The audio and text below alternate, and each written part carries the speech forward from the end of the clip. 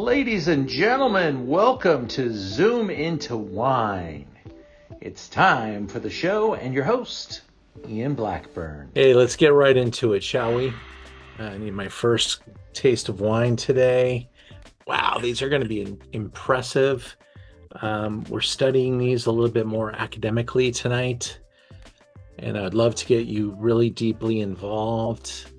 Have your questions ready, and let's go in to wine number one. This is our study of benchmark white wines of the world. When we taste white wine, we use our filing cabinet of information of all the wines we've tasted from all over the place. And we compare, oh, this is kind of like this, and this is kind of like that.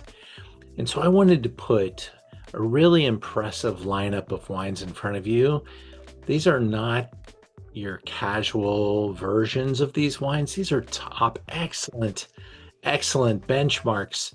And I'm super proud to put this in front of us. So let's get started. We're going to taste a white wine that a lot of people don't have a lot of references for.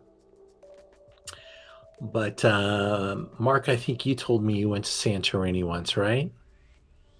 Yep. Well, Back before it was already a destination, but not quite as the cruise ships weren't allowed in yet. Let's put it that way. Gotcha. Yeah, I mean, this has become, I could tell, summertime, people are going to Greece because they're coming back and buying these wines because we have them here. And honestly, if you buy these things in Greece, you're going to pay pretty dearly for them too. They definitely hold their value over there. Not that they're cheaper here, but people, if you're going to ship it from Greece, it's going to make it astronomical. So, some of the importers are making some good business here, importing things, buying them for low, selling them for high, but these are really good now. And Argyros is our first producer. This is a new Cuvee for them because in the past I've carried their Santorini, this particular Cuvee was kind of actually more generic. It wasn't an estate wine, and now it is. So they're naming it after the vineyard, and they're elevating the Cuvee. They've taken it up a notch. They've taken it up a bunch in price. But that's the way of all of these wines from Santorini. There's just not enough supply for the world's demand, which is, at some point they're going to get too expensive and they're going to slow down. Maybe they'll come back to us a little bit. But this is a place in the middle of the Greek islands. It's actually not very close to Athens. You have to kind of get on a plane to get out there. You take a boat, it might take a little while. And it's a very expensive place to visit. Ultra premium destination, way more demand to go there than there is supply of places to stay. Hotels are typically over $1,200, $1,300, $1,500 per night. And it's a very high-end island. There just isn't a low-end part of the island to even stay in. Assyrtiko is the grape variety, and this is a grape variety that's really been time-tested and proven to be super authentic from Santorini. Every grape has its greatest place, and for Assyrtiko, it's Santorini. Now, they do make Assyrtiko on the mainland. They make it up in the north, and they're selling it for less than they do in Santorini, and people are not even willing to pay the price. So it is a price worth paying for to get the real thing. There's a chiseledness to this wine we're going to get into, a very focused, high energy. The soils are very depleted on Santorini, very special.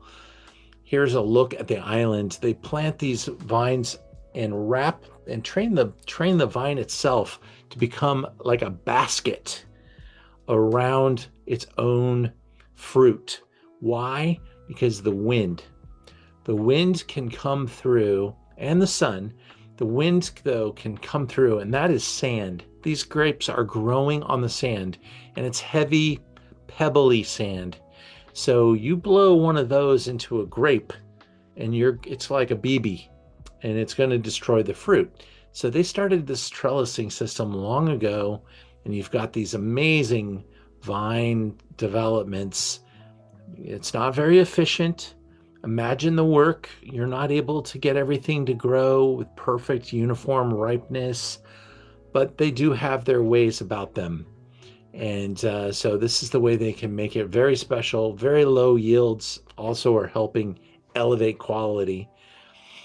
And this family's been around for a long time, very identifiable with Santorini. I have some other wines on our website. I have quite a few, actually. A disproportionate amount of great Assyrtiko from Greece. But I don't have a lot of any of them. I have like 6, 12, 18 bottles of each.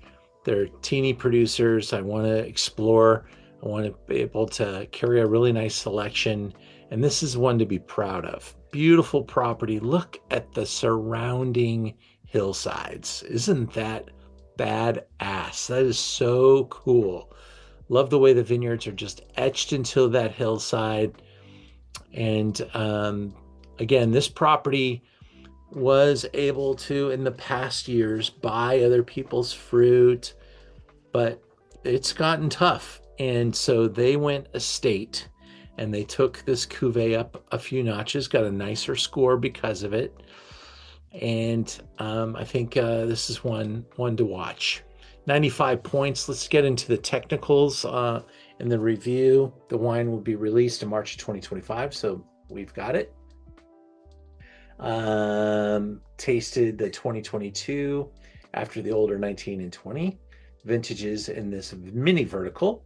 By tasting this youngest wine last, you can get a sense of how fresh and pungent Assyrtiko can be in its youngest years. The estate 2022 Santorini Assyrtiko Cuvee Monsignori has a busy bouquet of caper leaf, citrus blossom, thyme, and wild sage.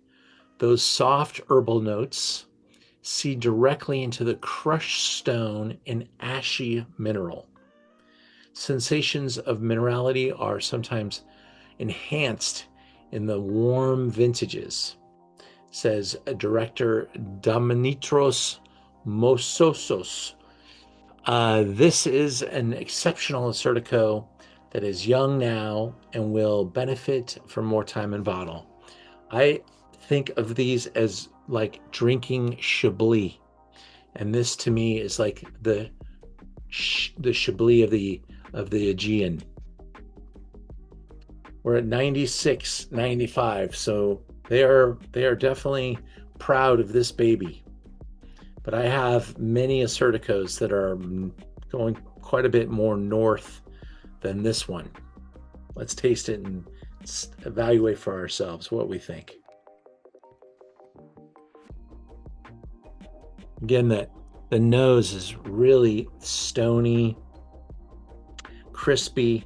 Just smelling it makes my mouth water. That salty air. I'm hoping that if it were handed to me in a blind tasting, I would identify that little bit more sunshine than you're going to get in Chablis most of the time. Because it does have this warmth, this kind of ripeness in the nose of the fruit. Alcohols are very restrained here.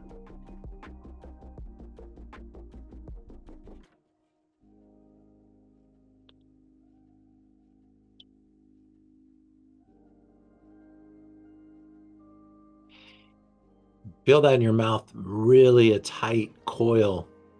That's the acidity is really able to just pull this through your palate.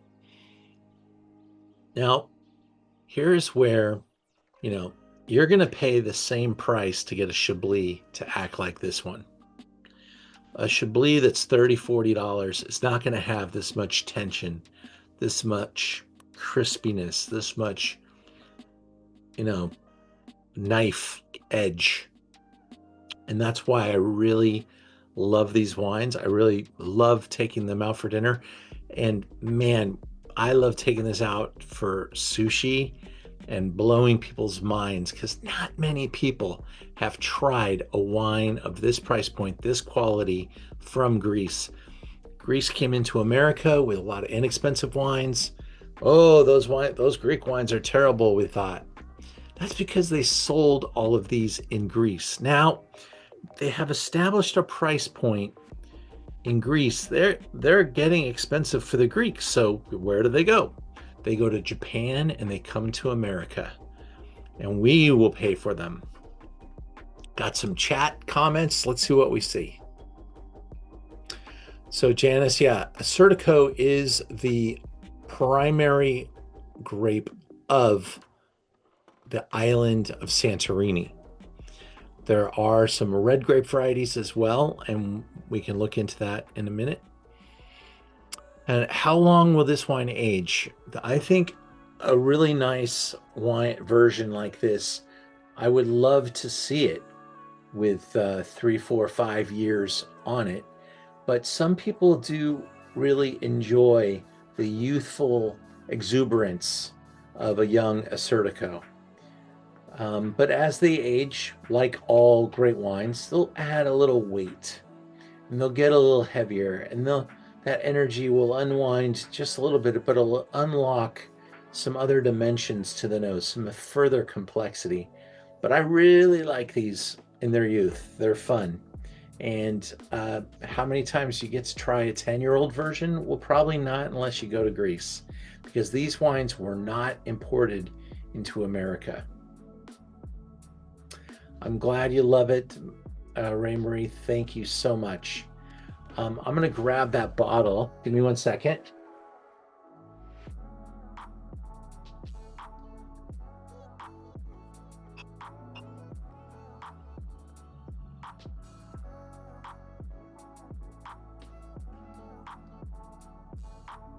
I thought they were at my feet already, and I left them on the ledge. Sorry about that.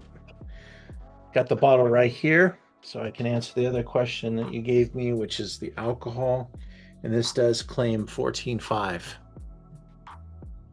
So not low like a European wine, but not high like an island wine or a mountain wine can sometimes get. And once you kind of get to the eastern side of Europe, you can see alcohol start to rise in the warmer spots.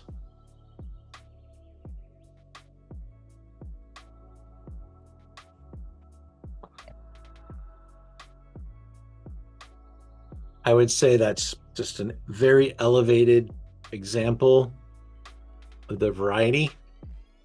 I think it is absolutely what you can look forward to for the future. I do not think these wines are going to get any less expensive anytime soon. They are selling out at these price points, and here comes summer, and Greece is going to ramp up the demand in a big and meaningful way. I'm sure the 23s are coming soon. I have probably had this wine in the inventory for, 4 months. So when the 23s get in, we'll see where they go. But I bet they're all over $100, especially with the tariffs. I gotta always say that, right? We have seen a lot of price increases since January 1. Vintages, there is some variation, Janice, but I will be honest, here's the thing about vintage in Greece.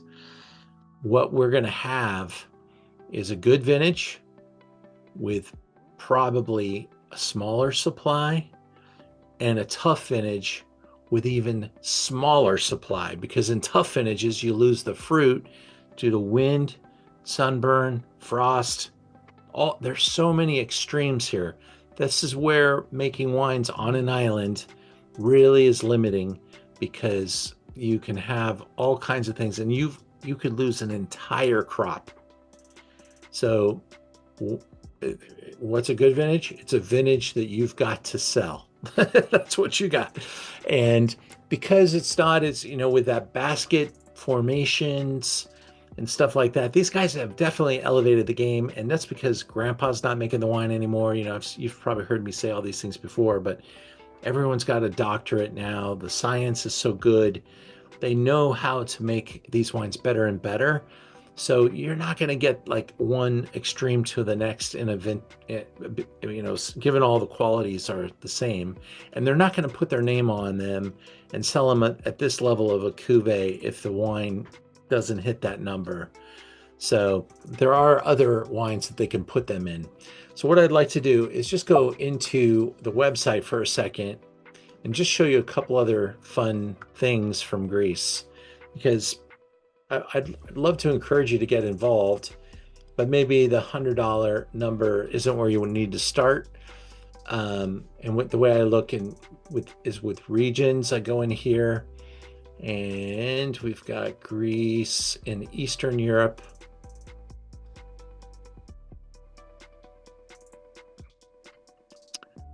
Now, I bet most websites or most wine stores in LA don't have 22 selections. I bet there isn't a Greek restaurant that has the depth that we have.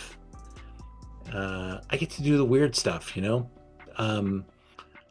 I really think these top wines, once people go to Greece, they come back and they find me and they're like, oh, we'll buy it all there because I've got the good stuff. This is really good. This is crazies. We get into here. We see this drop off here, really beautiful. But we tasted this one recently, and it's also very nice wine. I will give it to you that this wine is better. The one that we're tasting today, I think it's better than the Sagala 7. I can't see your screen. I don't know if anyone else can. You can't because I'm not sharing it. Okay, thanks. So thanks for letting me know. And here's my selection. And the way I got there is going into regions and hitting Greece, and that's how they all pop up. This one went out of stock today. I'll be getting some more. But these are delicious little finds here, and these represent super values. Here's what they would do in Santorini if they had fruit that wasn't going to go into a $95 bottle of wine. They would blend it into a blended white. This one's 90 Assyrtiko, and then they add some of the other indigenous varieties into the blend. So you can really get a lot of wine for the money at around $30 there. This is a good find right here. The Sagalis AA, about $40. And then it jumps up pretty significantly. It's kind of how you're going to find it. You don't see a lot of $50, $60 offerings. They just kind of, the price goes from like X to exponential. Ian, can you talk about the reds? I know this is a white tasting, but how do you find the reds? What type of flavor profile and characteristics?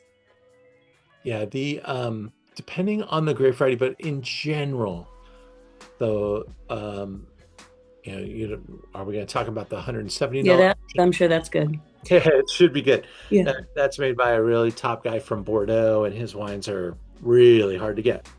Here's a great example. Xenomarvo. This is kind of like Nebbiolo.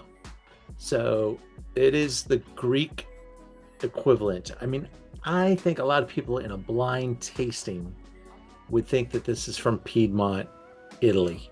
Both of those? Both of them. So yeah, look at them. They're both great. Mm-hmm. And they both have that same lighter color, but lots of tannin and lots of power. Even though they look like a lighter wine, they have some real ageability, grit to them, and they're beautiful. They're beautiful wines. Yeah.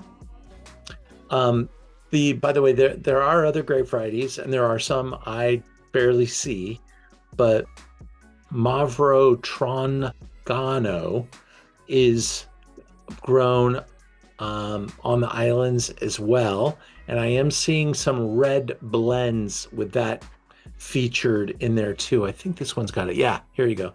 Here's a $32 version of Mavro Trongano blended with another. So this is a Santorini red, and I actually sold some of this today. 6 bottles today. So this is a nice, this would be a nice one to compare. Okay. All right, back to So Ian, interesting enough, because it's simply style-wise what I like. I like the Cigales better than this because I just like softer wines. I mean, when you're talking about some of the tin, there's just more minerality, more salinity in this. Did you have the Cigales? It's a softer wine than this is. It just. Yeah, I think you're right. So it's kind of like this one's really amped up, and you can tell it's coming from maybe a little lower yield, a little higher selection, and that's the way I think of Chablis too. $20-$30 Chablis is going to be pretty light, doesn't have a lot of intensity, but by the time you get to $100 for a Chablis, it's going to be really the angles are going to be really sharp, and there's a lot of tension, a lot of grip. It feels like concentration and intensity. All right, we'll move into wine number 2 tonight.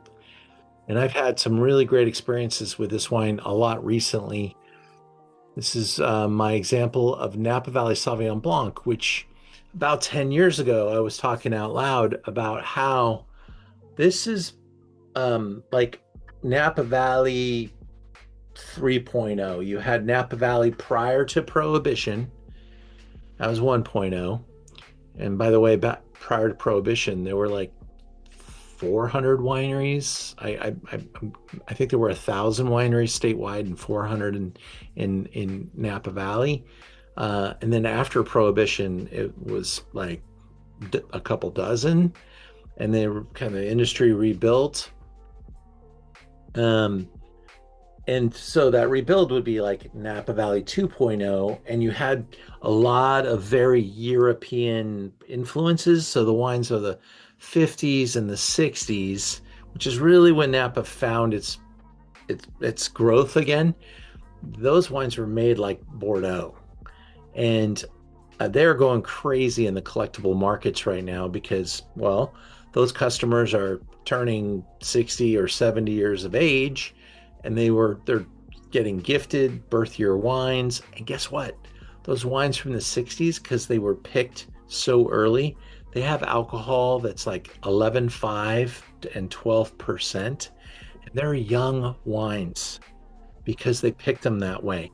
When you pick a wine with, high level of ripeness, it doesn't always equate into a wine that's going to age for 50, 60 years. And that's what the Napa Valley wines were doing from the 50s and the 60s. I recently sold my 55. I'm a little bit, it's like, yeah, I sold it. I'm like, oh, I sold it. Because it was such a pristine bottle of Inglenook 1955. I've got some 64, some 67. Those are great. And maybe that would be Napa 2.0. Napa 3.0, I would say maybe that should be classified for like the year 1991 and above, because that's when we really saw the alcohol start to grow and go up. We saw much better winemaking at the same time, but we started chasing scores and we started chasing trends, and we saw massive growth. We also saw phylloxera in the 1980s. So the wines that were coming out in the 90s were benefiting from better planting with better hillside slope. Where's the sun going? Oh, let's water this differently. Let's put the right clone in the ground. Let's improve the rootstock. When they replanted Napa in the 1980s, it set it up for the new explosion. And that's why the wines have been so good. Now, those vines are 40 plus years of age, and the wines are at an elite level. And we now have all those big wineries, the BVs, the Sterlings, the Madavis, they all kind of were the formidable wines of the Napa Valley, but almost to a letter, those wineries are smaller today than they were. And what has happened is a lot of the families, started to take their fruit back, smaller production, higher prices. Let's make less wine, let's sell it for more.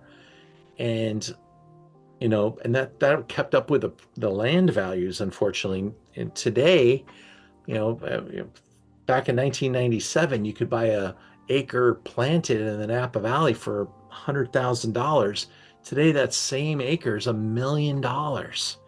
So to pay that mortgage, they're making really better wines, but they've got to charge a lot more for them.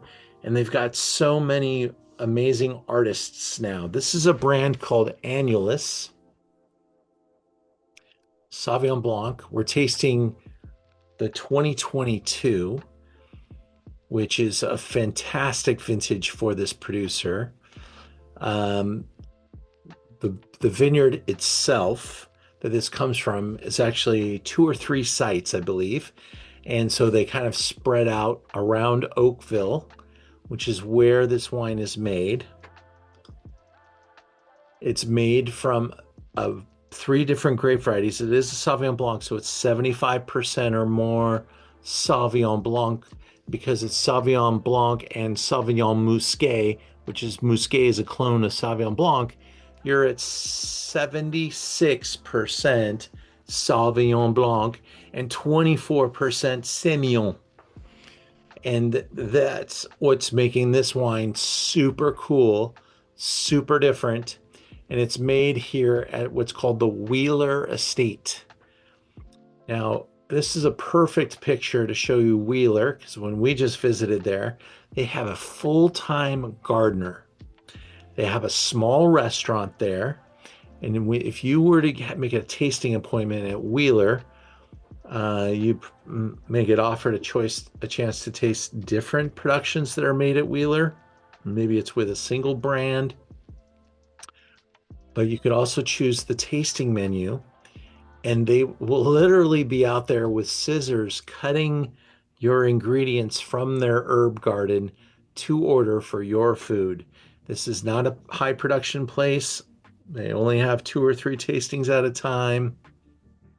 Really, really a daft touch and a high touch in the Napa Valley. This is a look at the site. That's pretty much amazing. Now, Nigel Kinsman is the artist. He was the winemaker for Arajo. And when Arajo sold to one of the French Bordeaux houses for lots of dollars, Nigel was able to go out and become a gun for hire. Nigel is the winemaker at Wheeler. He makes custom crush wines for about 6 brands, and the only other winemaker that is allowed to make wine at that property at this time is Tor Kenward, who makes some pretty damn good wines. I want you to pick up this glass and smell it with me, because the aromatics are what make this wine divine.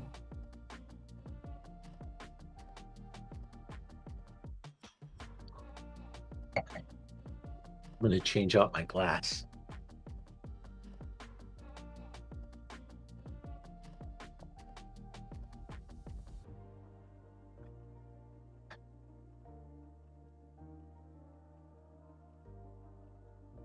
What are your comments, questions? Maybe some in the chat too. Hi, Ian. Uh, I always liked Sauvignon Blanc with some Semillon. It seems to just really send it just over that next next hill, right? Sure. Yes, and that's very much a Bordeaux style. This is Nigel's made wine all over the world. He is involved in some very important wineries all over the world, and certainly Arajo is no slouch. To work as the winemaker at Arajo would be a very difficult job because of their standards, and they're so elevated. So he has developed an incredible reputation, and now that he's on his own, making a small amount of wine. And here's what I love about Nigel's wines too. There's as we all see Napa Valley kind of converging on perfection, and then when you're working with tweezers, in a restaurant, and you're putting the leaf here and that, it's borderline perfect, right? And that's where kind of wine is going. And there are a host of winemakers now. I bet you could probably get the list down to like 10 winemakers that are so important in the Napa Valley that there probably is a connection with those 10 winemakers and all the top wines. It's Thomas Rivers Brown, the Heidi Barrett, the Philippe Melka, the Aaron Pott. Nigel Kinsman's name is right in there, and there's about maybe 5 more that we could continue to think about and go down. But when I taste a Nigel Kinsman wine, it is not the sameness. It verges to something else. And I love that about his styles. He achieves a difference. And his use of Semillon here really gives it the nose and the mouthfeel are just super complexed. And I love that note of crushed rocks and yuzu zest, because I really think that embodies this wine. Especially on that nose, just that's what that is. And here's the deal. I've had this wine in the store for about a year. I liked it. Every day it gets a day older, it gets better. And this wine, I guarantee you this wine will be amazing when it's 10 years old, because like a Bordeaux Blanc, this wine will just continue to develop. And this thing has such incredible acidity structure. It's going to get to 10 very easily and be a champion. So be on the lookout for Annulus at $80 a bottle. I know that by when we receive the 23, and I actually don't even think we're going to get the 23, because they didn't make very much 23. They told me they didn't make much 23, and they don't think they're going to come to market with it because their own wine club has bought it up, all of it. So we'll probably get the 24. And when that 24 arrives, there'll probably be a 9 or a 1 at the beginning of the number. This was kind of the introductory wine for this producer. I think it's fantastic, and I'm happy to own this wine into the future. It's going to be you might even see it a year from now, 2 years from now, in a future show to show how it's going if no one else picks this up from us, which I doubt, but who knows?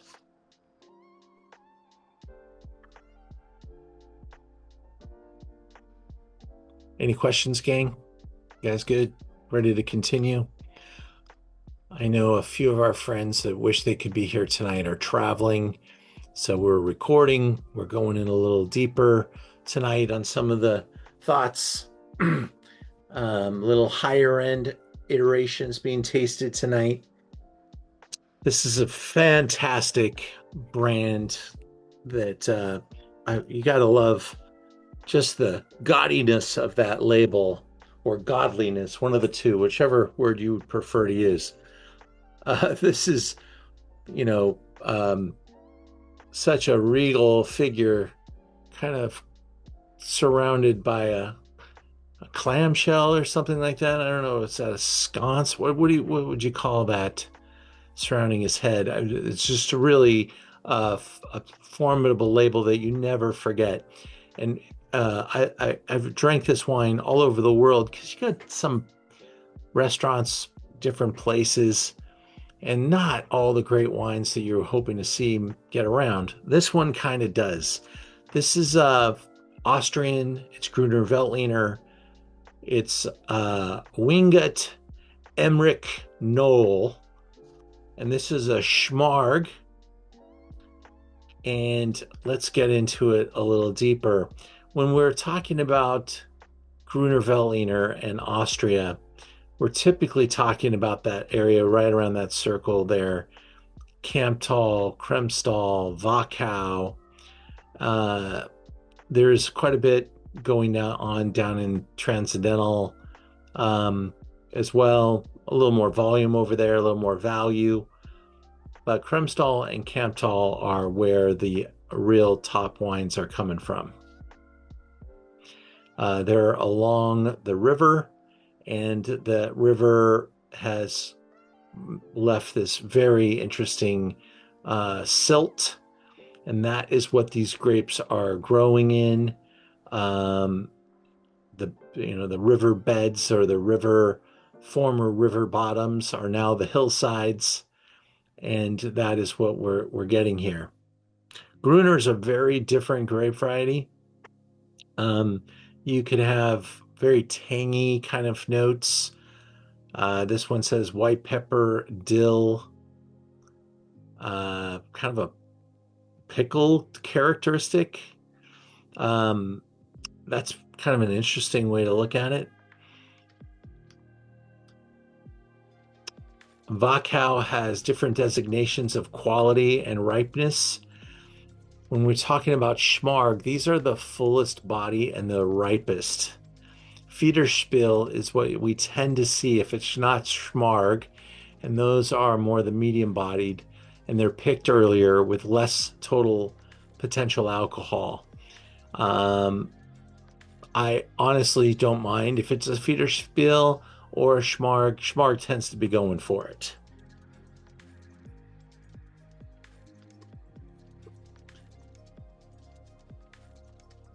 This area also grows some great Riesling.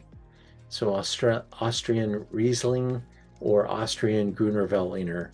And they have a lot in common, and they are made by the same families, and some are really good at doing both. This brand really focuses on Grüner, and so that's why we're focused on this wine here. And it is a very important wine for a number of other reasons. One is that a lot of the academics that run the Institute for the Master of Wine are Austrian. That's a good one. So they are always going to include questions on the various exams. It is an area that requires a little bit of discipline to be able to maybe order a wine of Grüner Veltliner, to have a little savvy, to know what you're going to buy, to know the names, to know the difference between Federspiel and Smaragd. It's kind of making the bar a little high for these grapes to have huge commercial success. But what they do have is they have the attention of the Somme community. So if you're going to go to a Michelin star restaurant and eat a 21-course meal with a pairing menu, you're probably going to get a wine from Austria like this. This is just really great with that type of cuisine. And obviously we're talking about a lot of fish as an option. And I've been to a number of omikasa Japanese restaurants that are very proud to serve this wine with their cuisine, and really takes nicely to the Asian set of flavors and umami. As with everything in Austria, it's built and very clean, very organized. Maybe missing a little bit of a woman's touch at times, but uh, that these wines are definitely made with a laser-like precision, and I think that is what's typical about these wines. They're very driven by power, by intensity, by length, by acidity, by focus. And that comes from great grape growing, controlling what you control, and very surgical types of processes that they use. Here's a look at the hillside behind the city. I think this is a great way to think about the wines too, because they're not made on the valley floors. They're made on the hillsides. And the hillsides are extreme. The water runs right off of them, and the people live down on the flat land next to the water. Calcareous soils help express the grape.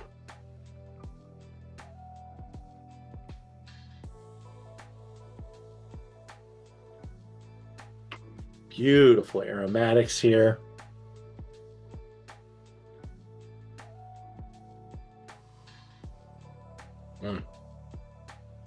Pepper, white pepper, perfume.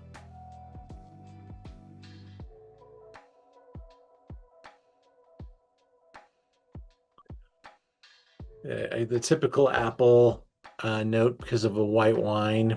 You're not going to leave that out of the description of this wine.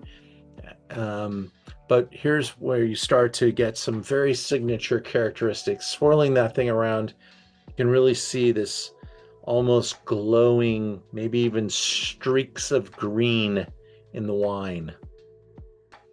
Think green and look at the wine. I think you can see the greenness. The nose is very pretty, very aromatic, but it's not sweet. And in fact, this thing is going, if you're going in thinking sweet when you put this in your mouth, it is going to tear your mouth apart.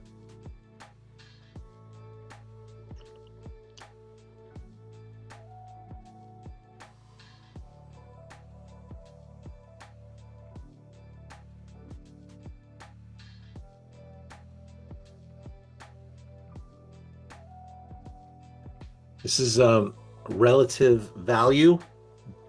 I have some higher tier wines of Austria that push towards $100. This is just a great $65 version. I do think I have either another case coming or a newer vintage. Maybe it's already on the website.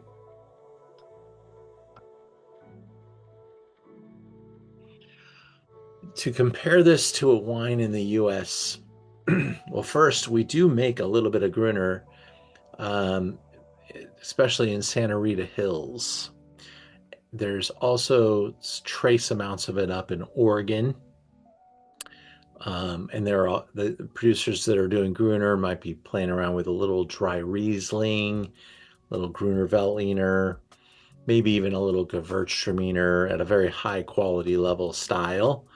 That seems to be the people that make these tall, thin, shape bottled wines. They kind of all have a little passion for that.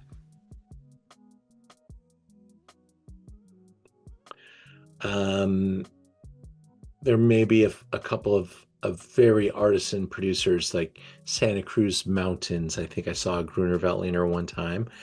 Maybe a couple now, I'm thinking about it. I don't think there's anything in Washington with Grüner that has come into my world, but I do know of several sites that are doing some California Grüner. It's not like anything else, though. It really isn't. I mean, dry Riesling would be about the closest thing you could come to comparing it to, and I would say maybe, Austrian dry Riesling or something from one of the German areas that feature the GG wines that are making them very dry. or maybe going down to Australia, Eden Valley, where they make them just as dry as anybody. Let me look on the website and see. I do have a value Grüner Veltliner that I'm quite proud of, actually.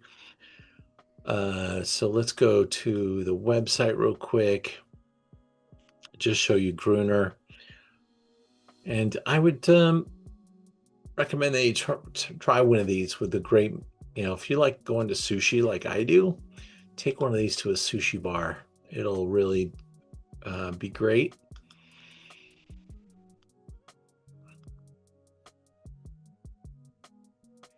Here's my Grüner selection. Oh, the Pitchler 75, so that's a pretty top house. I can't see your screen, Ian, sorry. Thanks for letting me know. It's like I've never done this before. Yeah,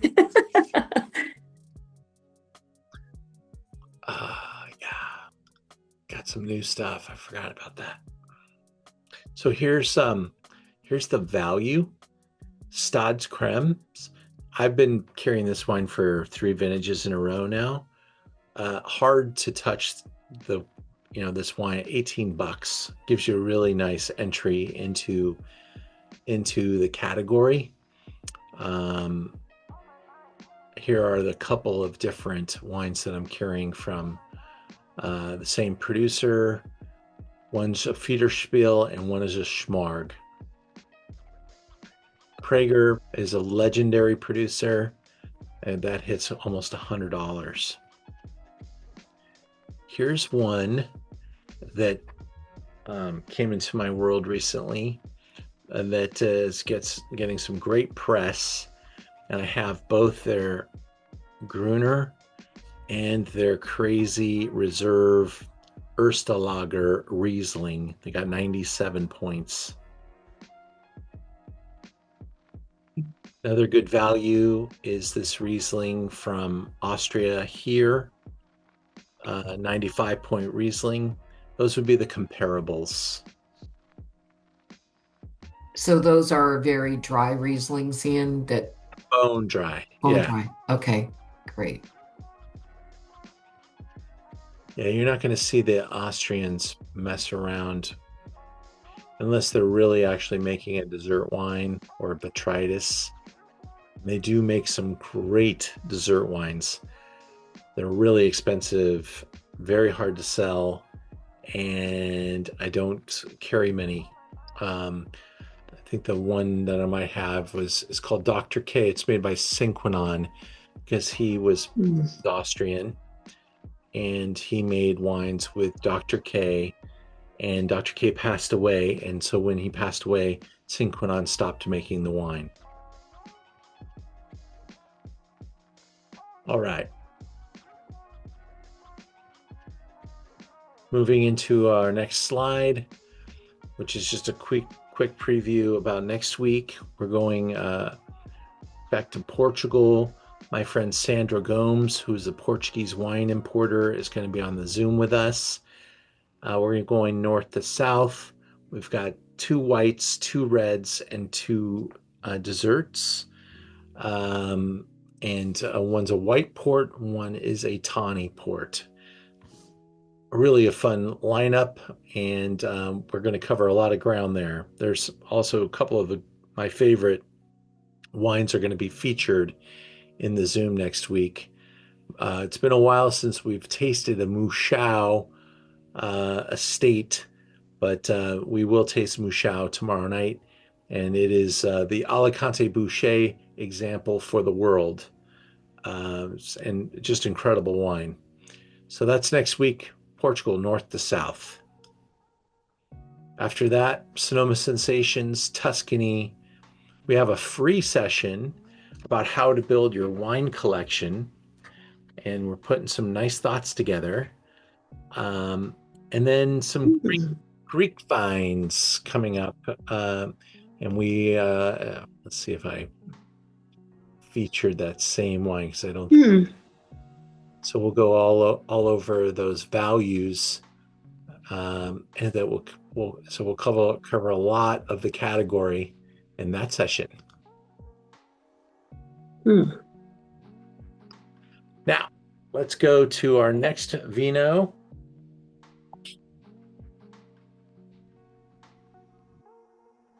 When I was putting these in order, I was wondering if I should put this one further up, further back. We'll see what you guys think a little bit later.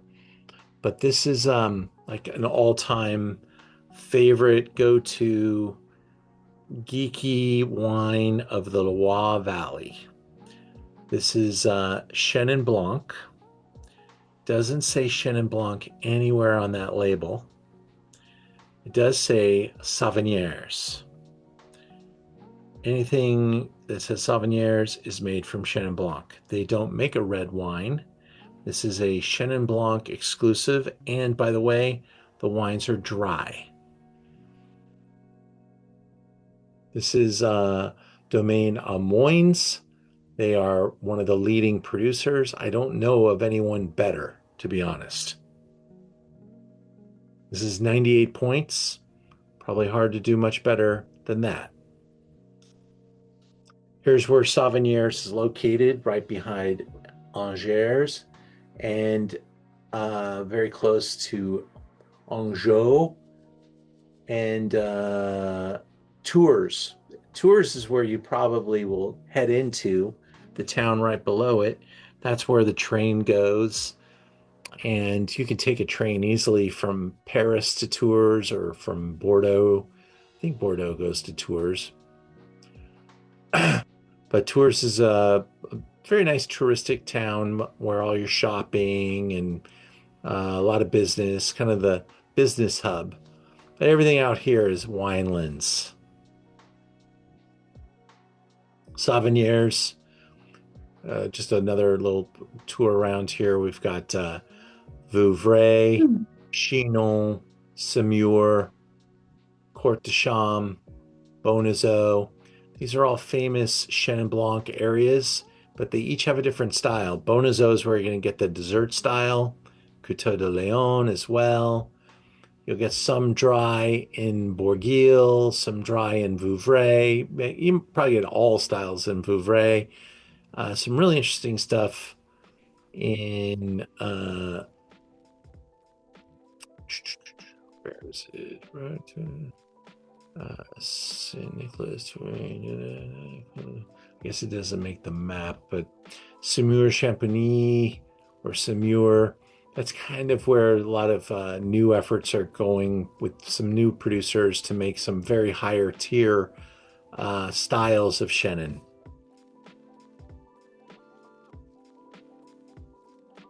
In various sessions we've tasted Chenin Blanc from all over the world. Big fan of it from South Africa. Some nice examples here in California. But these are the classics, and this is what inspires everybody. The Loire Valley Chenin. Chenin Blanc has good acidity and neutral character that allows for great versatility. You'll see Chenin producers do all kinds of different stuff with it, whether it's crisp and refreshing or off-dry or demi-sec or sparkling or dessert. You can make wines at all levels. And some of our versions do have a little oak influence, but usually the oak is pretty much a neutral container, and you're seldom ever going to see an oaky style of this wine. I'm glad you like it, Lisa.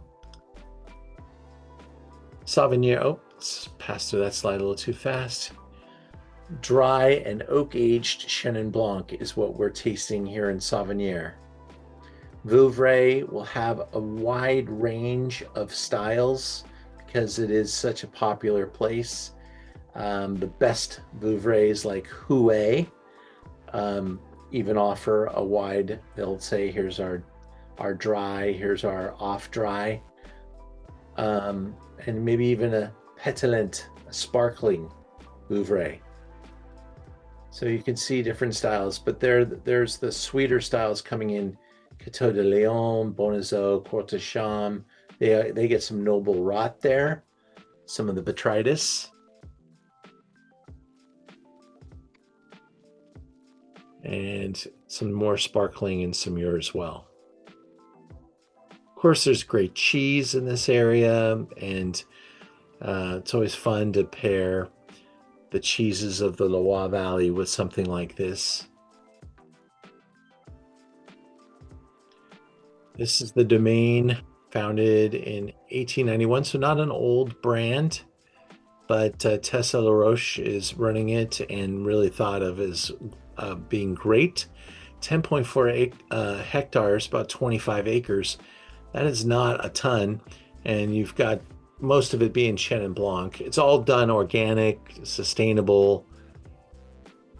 I wouldn't be surprised if it was actually done biodynamic, but they want to have an audible if they need to.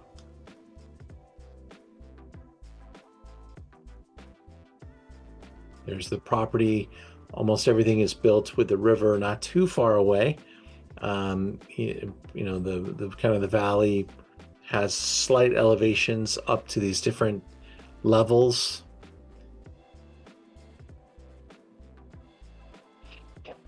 Described as floral and intense, white flowers and yellow fruit. Very complex.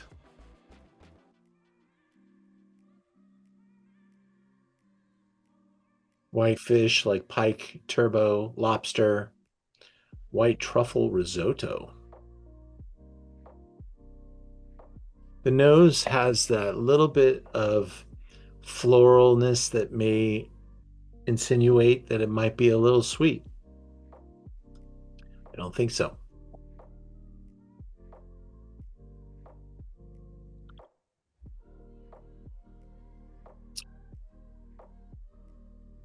Super dry.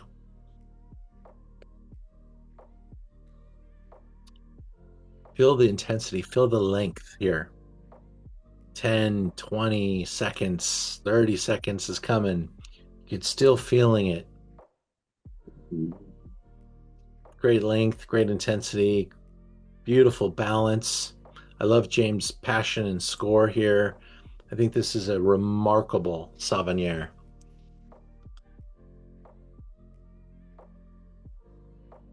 Beautiful vineyards, those soils so deplete. You know, riverbed soils. Lot of limestone, and maybe little traces of sand, some seashells. 66.95, and I know already that I'm gosh, there's just not a lot of this wine out there. And this wine, it kind of exploded in price point, and I bet you I'm wishing I would have it closer to 75 now, because when I go to buy the next vintage, it's definitely going to be there, probably heading towards 80, 90. As I did bring this in before tariffs, so it's as good a price, I think, as you'll find going forward, and just a legendary example.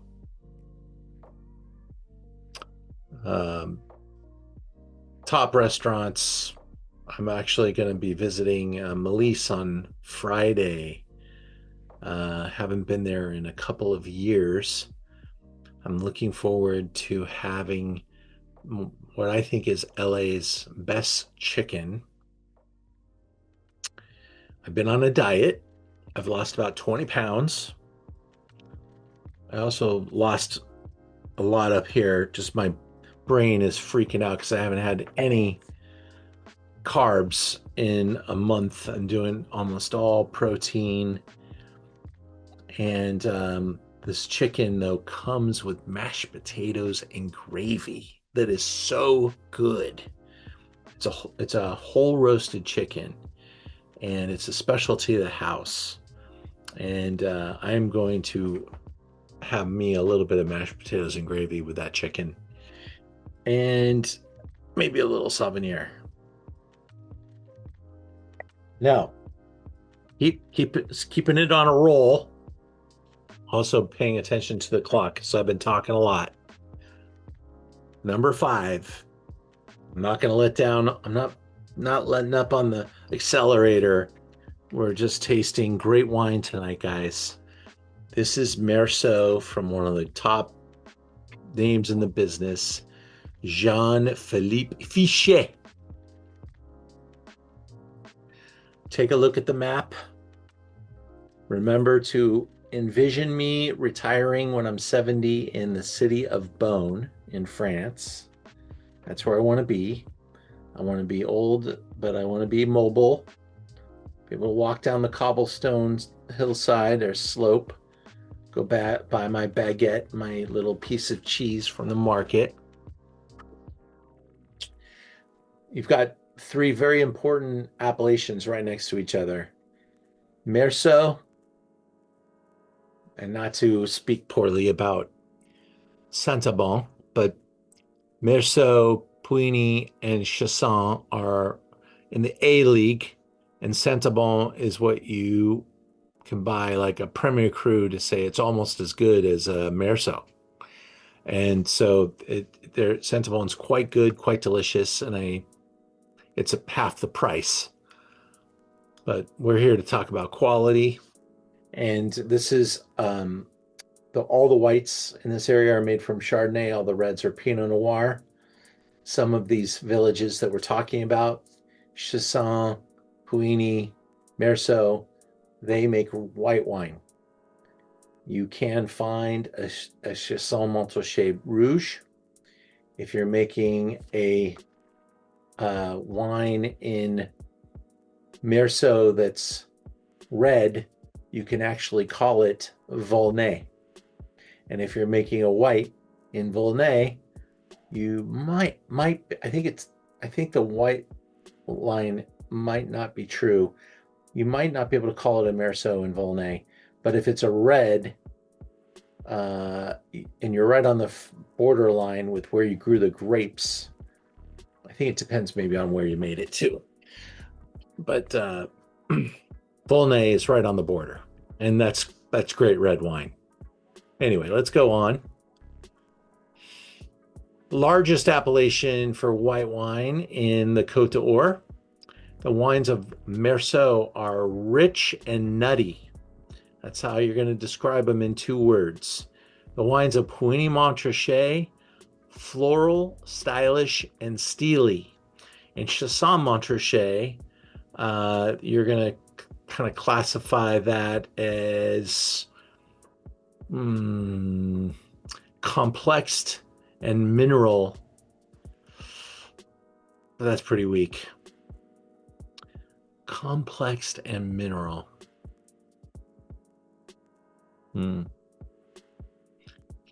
Couldn't you say that about all these wines? That's really not a good differential. But I like the difference here between rich and nutty and floral, stylish, and steely between Meursault and Puigny, because they're grown like, boy, if they're 5 minutes apart as you're heading down the highway, that's what you got. Now, Fichet is a very special, very revered winemaker, low yields, amps up quality, not in a hurry, does things in a very consistent way. Every vintage you can count on Fichet. Getting some comments here. Janice, you like the Meursault? Fantastic. Incredible. Wow. Marie, thank you. Yes, Melissa, in your backyard. Yeah, this is gorgeous stuff. This is why I want to move to Burgundy. I just love it there. I love the weather. It rains a lot. It's slow. It's very like safe and relaxed and very wine oriented.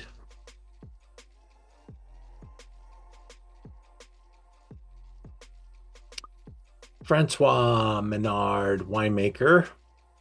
History of the winery dates back to 1734. Currently in the sixth generation of the business. Francois took winemaking responsibilities in 2019, about 60 hectares of vines. That's a pretty good holding in Burgundy. And I believe it's all in Meursault. That's what makes them special, is that, a lot of houses make like, oh, we own 1 hectare in Puini, we own half of a hectare in Saint-Aubin, and they're making like teeny little wines. The great news for Fichet is they get to make Meursault and go long, because they have a good amount of it.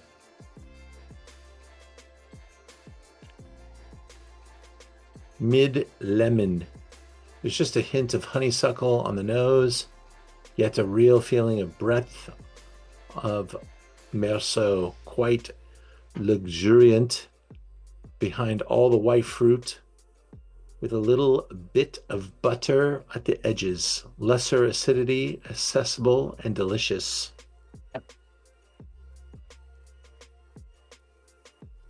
The nose is just something to fall in love with. You can smell this beautiful town. This is the smell in the air, because it's like fresh baked bread, croissant, cheese, and wine. That's what you do here.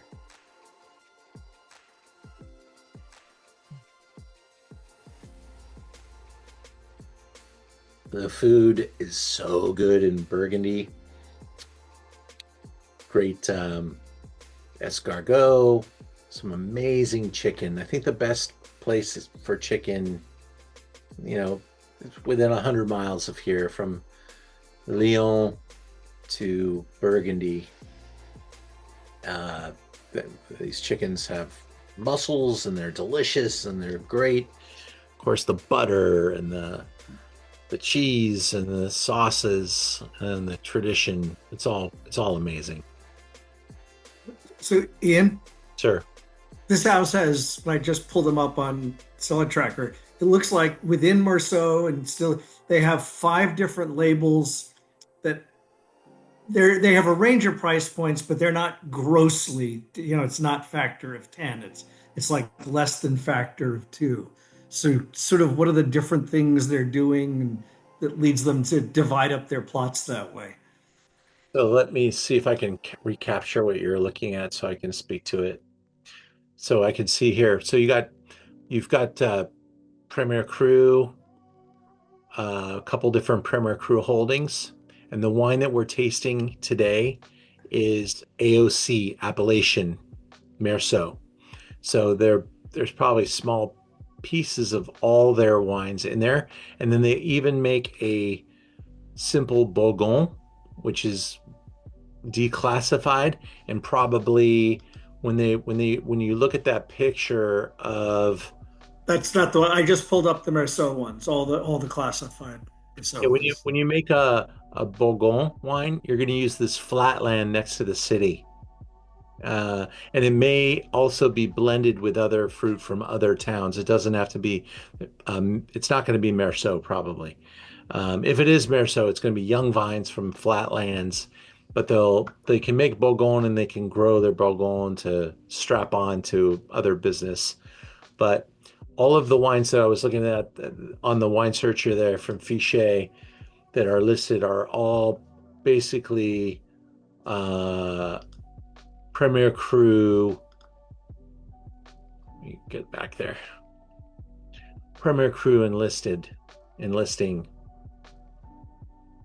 My example's not very good anymore. Hold on a second. Meursault.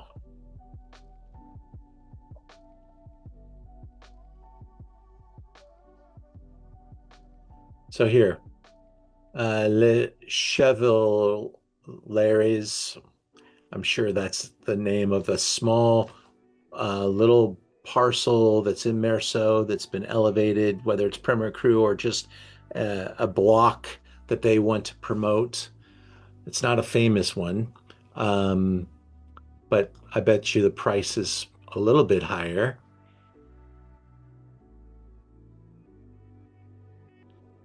Does it say Premier Cru in any of those listings? I'm not sure it is.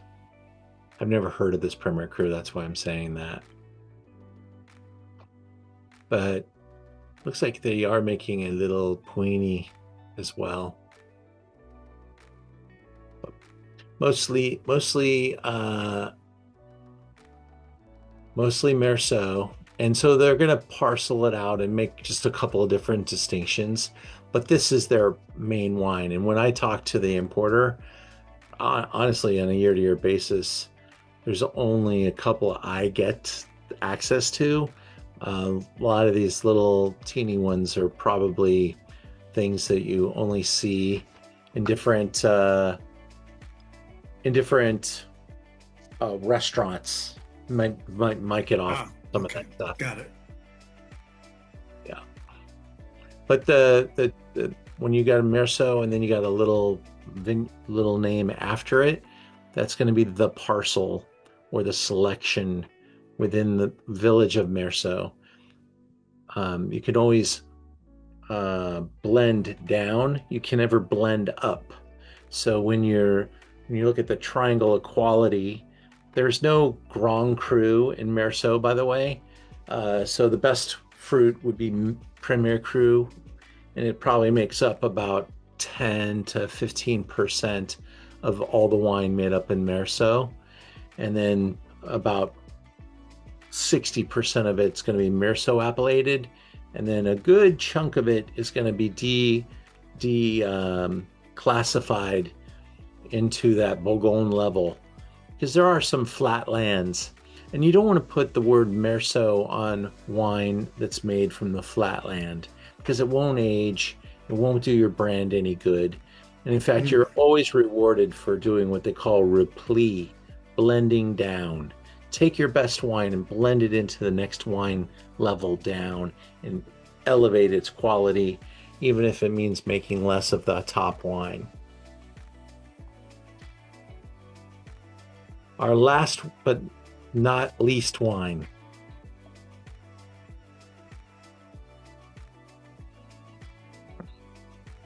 Alsace. I just went to Alsace in December. I went to Hugel. This is absolutely noble turf. 1639 is when the brand was started. I had lunch with the next generation. I'll introduce you to him in a second.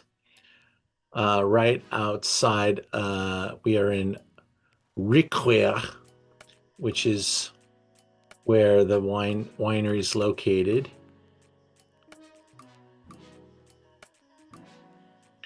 They own the oldest wine cask in the world.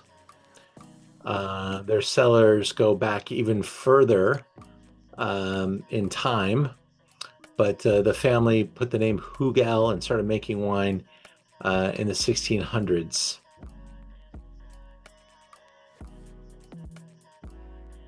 The cask was the oldest cask. It's got the Guinness Book of World Records thing on it.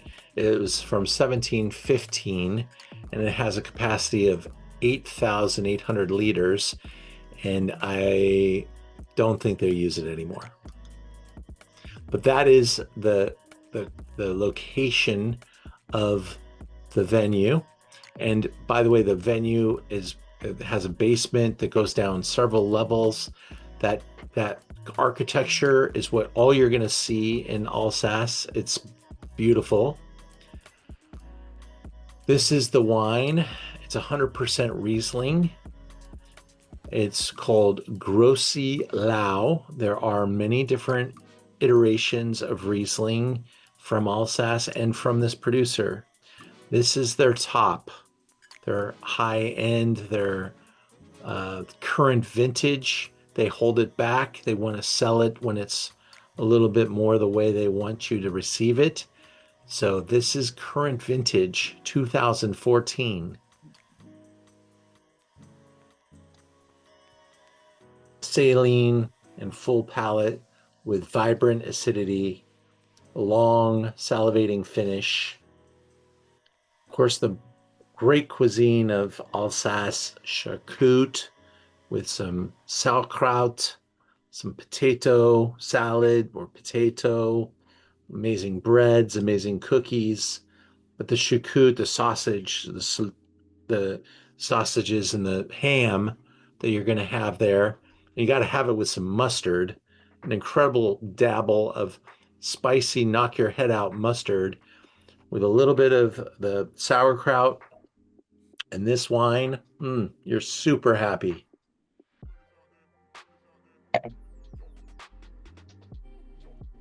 Here's the categories. We've got Alsace AOC, so most of the wines fall into this category where they're, a wine of Alsace. They're not from a particular spot, and they might have a fairly low price point. And then you can get elevated into wines that maybe because they're picked late, like a Selection Grand Noble or a Vintage Tardif, and they can use all their vineyards to make those because they are so rare. They're literally made from raisins or botrytis grapes that are picked one at a time. They make the Cremant d'Alsace level, which is a very big business. They are growing a number of different grape varieties in Alsace. Riesling is thought to be the most noble, but their Auxerrois, which is kind of like Chardonnay, Pinot Noir, red Pinot Noir in Alsace is becoming a thing. Pinot Blanc, Pinot Gris, Gewürztraminer are all very important grape varieties in Alsace. And then there's the Grand Cru level, like what we're tasting here. And that's limited to Riesling, Pinot Gris, Muscat, also an important grape variety, and Gewürztraminer. Those are the wines that you make Grand Cru iterations. You will not see Grand Cru Pinot Blanc.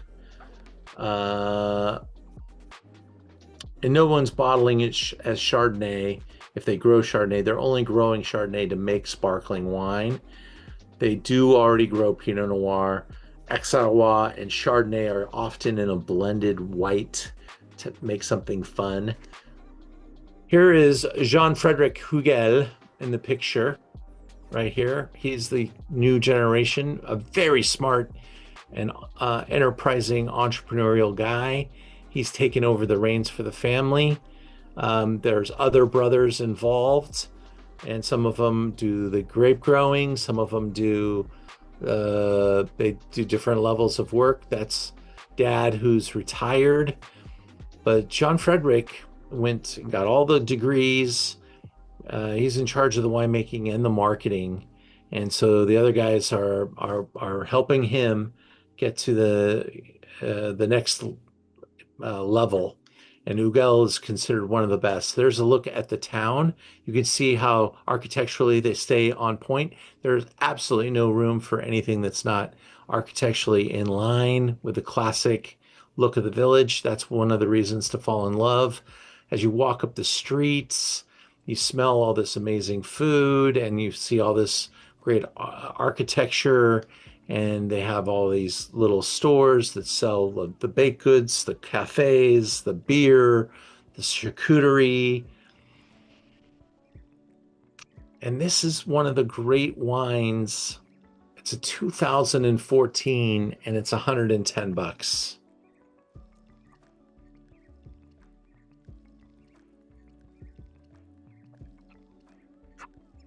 It has a nose that gets you thinking that it's going to be a little sweeter than it is. It's got evocative, ripe characteristics, and then there's a little bit of that salty edge. But that mouth is dry, and it's fun. And this wine will age for I don't know how long. I would love to visit this wine when it's 25 more years older, so potentially, I guess I will really love to do that in 2050 if I can make it there. We're looking at very fun tasting Napa Valley. Oh, I have to click through past this because this event's been postponed. I'm sorry about that. Yeah, I was looking forward to doing that event and then it disappeared. Yeah, sorry. Chef's not ready for us. Yeah, okay. You're going to reschedule at some Yeah, point? we will reschedule. Okay. I'm meeting with him this Friday to talk about it. So we'll get there. But he's pretty, Lobster is working pretty damn hard, and he doesn't have enough chef talent to help him do everything that they're trying to do. They're trying to open for brunch and pushing back and doesn't want to take on anything extra yet. So, but we'll talk Friday, and I'll have an idea when that could happen. I'm hoping before summer. Also have the trip to Champagne. This is November 1 through 7. If you'd like to join me, we still have a space. We are about to confirm everybody that's signed up, and our room block starts to come off in April. So we'll start seeing some different prices on the trip as that room price starts to move. Thank you guys for being with us tonight. I hope you guys enjoyed the tasting. Amazing. Yeah. Every single wine. Incredible. Yeah, they were all incredible. Thank you. Well, it's fun to taste good stuff. And I really appreciate you guys doing this with us. And to those of you that are watching on the recording, I'm sorry you couldn't be here tonight, but we're thinking of you, and we hope you guys enjoyed the wines. And I look forward to seeing you in the future, guys. Thanks for all your support. Thank you. Take care. Okay, bye.